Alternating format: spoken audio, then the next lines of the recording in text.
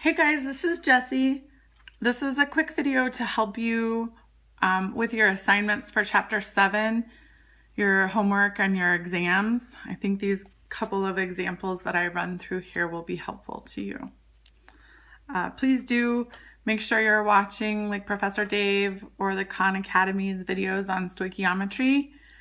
What I'm posting here is, again, specifically to help you with your assignments, just a couple of worked examples. So let's start by balancing this equation.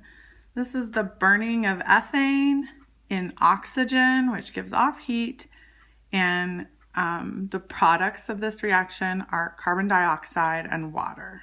So let's balance this. Typically, I start with anything other than the hydrogens and the oxygens. Those are a little more difficult and kind of fall in at the end. So let's start with carbons. See, I have 2 on this side and I have 1 on this side. So I know I'm going to need at least 2 carbon dioxides. I like to write my draft numbers up here if I have it all figured out. So if I have 2 carbon dioxides, then I would have 4 oxygens here plus 1 from the water. And that's an odd number, 3. Because oxygen exists as a polyatomic, or excuse me, as a diatomic. On this side, I'm going to have to at least double everything that I have, right? So I would have 6 instead of 3. So I could have an even number over here, which would give me 3 of these for a total of 6. Just double this would be 4, and I would need at least 2 waters, right? So let's double check the oxygens. That would be 8 plus 2 is 10, which would be 5 of these, not 3. Okay, and now let's check how many hydrogens. Of course, I just increased the number of carbons here. So we're going to have at least 2 of these, right? Which is now giving me 12 hydrogens on this side. 12 hydrogens, which means I'm going to need more waters. I'm going to have 6 waters.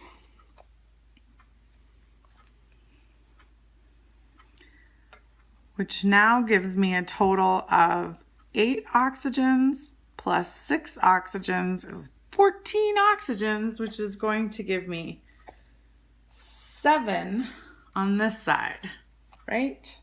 And now all my numbers are falling into place and they're no longer draft. And let's just double check it.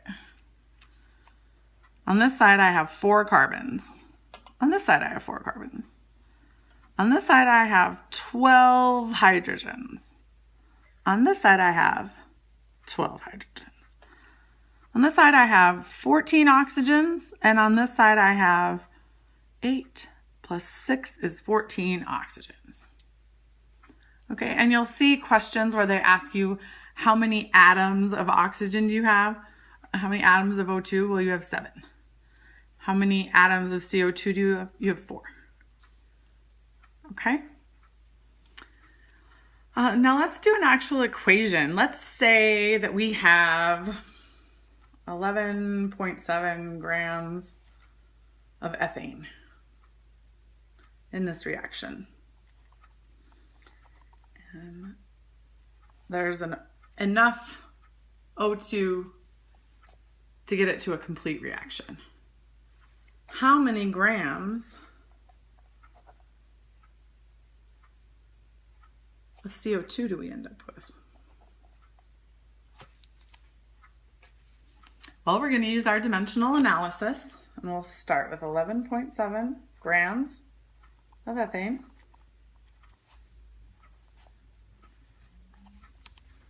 And the atomic weight of ethane is 30 grams per mole. I'm putting the grams on the bottom so they can cancel.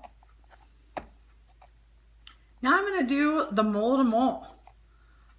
For every 2 moles of ethane, I get 4 moles of CO2. Okay, now I can cancel my moles of ethane, and I am in moles of CO2. And then I just need the atomic weight of CO2,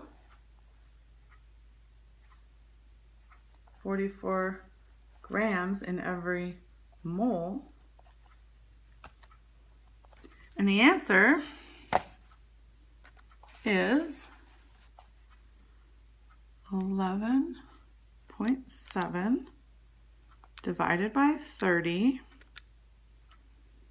times 4 divided by 2 times 44. 34.32 grams of CO2 would come from 11.7 grams of ethane. Okay, let's do another one.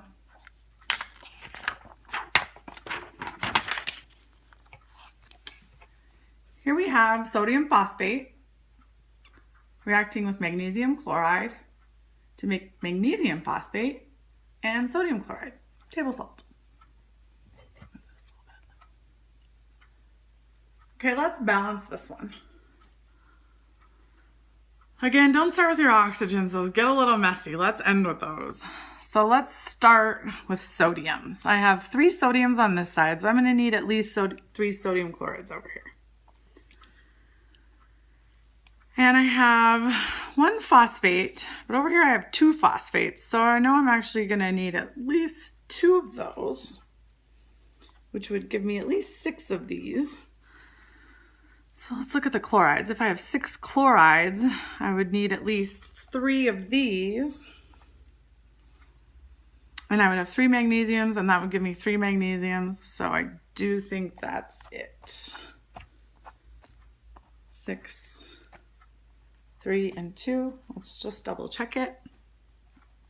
6 sodiums, 6 sodiums.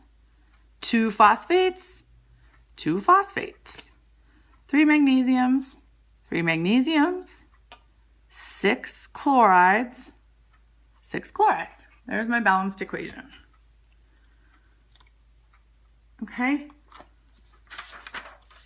Now let's say we have 27 grams of sodium phosphate.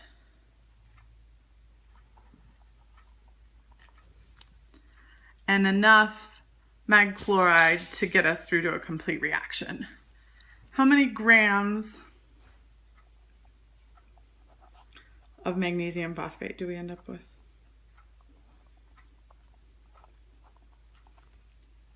Okay. Set it up the same way we did the last one. 27 grams sodium phosphate.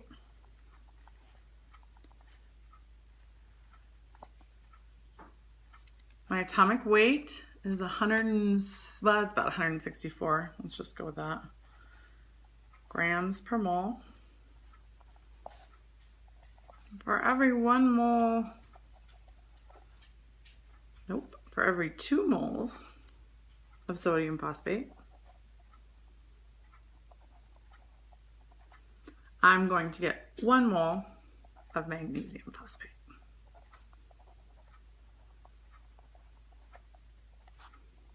And the atomic weight of magnesium phosphate is 262.9 grams per mole.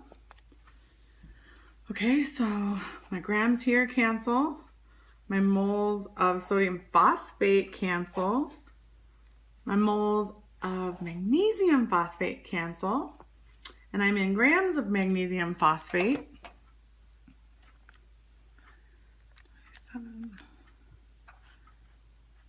27 divided by 164 divided by 2 times 262 is 21.6 grams of magnesium phosphate. I did not put that up very well.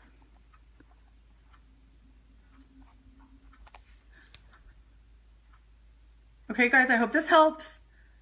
Reach out to me if you have additional questions. Good luck.